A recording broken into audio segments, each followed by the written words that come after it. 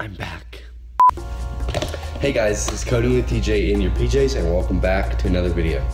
So in this video, as you guys probably know, I have not made a video for 6 months.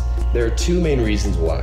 One, school. I've been working very hard on school the past few months. My goal is to finish school by the end of this year so I can graduate and have more time to focus on you guys and my YouTube channel.